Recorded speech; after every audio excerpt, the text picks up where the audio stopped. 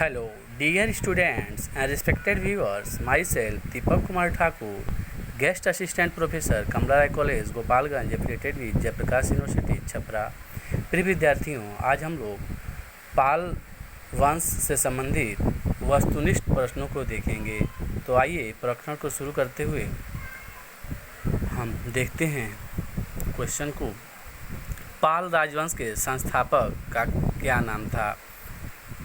तो इसमें आंसर होगा गोपाल। पाल राजवंश का संस्थापक गोपाल था। उसने 8वीं शताब्दी में लगभग 750 से 770 ईस्वी के मध्य पाल वंश की नींव रखी थी। दूसरा प्रश्न है, गुजराती कवि सोढल ने किस पाल शासक को उत्तरापद स्वामी कहा है? इसका आंसर है धर्मपाल। 11वीं शताब्दी में गुजराती कवि सोढल ने धर्मपाल को उत्तरापद स्वामी की उपाधि से संबोधित करता है। धर्मपाल उत्साही बहुत था। उसके लेखों में उसे परम सौगात भी कहा गया है। निम्नलिखित में से किस नालंदा विश्वविद्यालय को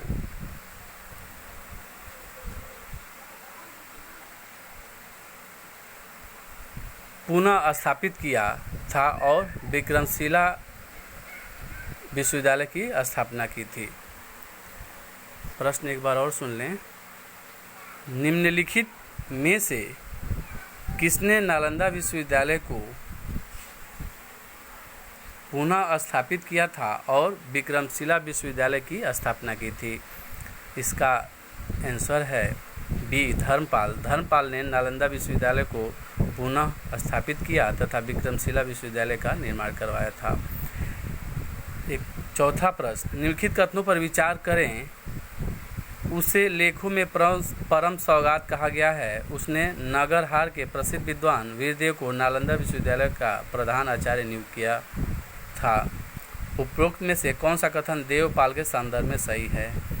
इसमें आंसर है दोनों, सी, 1 और 2 दोनों। देवपाल को भी लेखों में परम सौगत कहा गया है तथा उसने वीरदेव को नालंदा विश्वविद्यालय का प्रधान आचार्य नियुक्त किया था। संध्याकर नंदी ने अपने विलक्षण काव्य ग्रंथ में किस पालवंशी शासक की उपलब्धियों का वर्णन किया है? इस प्रश्न का आंसर है रामपाल। संध्याकर नंदी ने अपने विलक्षण काव्य ग्रंथ रामचरित में रामपाल की उपलब्धियों का वर्णन किया है। फिर छठे प्रश्न को देखते हैं। किस पाल वंशी शासक ने सुमात्रा तथा जावा के शैलेंद्र वंशी शासक बालपुत्र देव द्वारा बनाए गए बौद्ध विहार के अनुरक्षण के लिए 5 गांव अनुदान किए थे? तो उस शासक का नाम है देवपाल। देवपाल ने ही शैलेंद्र वंशी शासक बालपुत्र देव द्वारा बनवाए गए बौद्ध विहार के अनुरक्षण के लिए 5 गांव अनुदान में दिया था। अन्य प्रश्न है, बादल स्तंभ लेख के अनुसार जिस पाल शासक ने उत्कलों और हुड़ों को हराया था वह था देवपाल। देवपाल के ही बादल स्तंभ अभिलेख में यह वर्णन मिलता है कि इसने उत्कलों, हुड़ों, गुर्जरों को हराया था। अरब यात्री सुलेमान के वर्णनानुसार प्रतिहार एवं राजपूत शासकों से शक्तिशाली पाल शासक था। इसका आंसर है देवपाल, क्योंकि सुलेमान के वर्णनानुसार देवपाल प्रतिहार एवं राजपूत शासकों से शक्तिशाली शासक था और देवपाल ही पाल वंश का सबसे शक्तिशाली शासक भी था।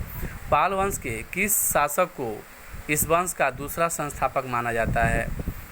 तो यहाँ आंसर है महिपाल प्रथम। महिपाल को पाल वंश का दूसरा संस्थापक माना जाता है। 10वां प्रश्न देखें। कैवर्तों का विद्रोह किस पाल शासक के समय में हुआ था? तो कैवर्तों का विद्रोह रामपाल के शासनकाल में हुआ था और इसका उल्लेख रामपाल चरित्र में मिलता है। पाल साम्राज्य को किसने रोमा कहा है? पाल साम्राज्य को अरब यात्री सुलेमान ने रोमा कहा है। पाल शासक किस धर्म के अनुयायी थे? पाल शासक बौद्ध धर्म के तांत्रिक जो संप्रदाय था उसके अनुयायी थे। पाल शासक ने लगभग कितने वर्षों तक शासन किया? तो पाल शासक लगभग 400 वर्षों तक शासन किए और इनके इस 400 वर्षों के दीर्घकालीन शासन में बंगाल के राजनीतिक एवं सांस्कृतिक दोनों दृष्टियों से ही अभूतपूर्व विकास हुआ था। तो इस प्रकार हम लोग पाल वंश से संबंधित कुछ महत्वपूर्ण प्रश्नों को देखे और इसी तरह अन्य जो प्रश्न है उसको हम लोग नेक्स्ट लेक्चर में या वीडियो में देखेंगे। जय हिंद, जय भारत, धन्यवाद।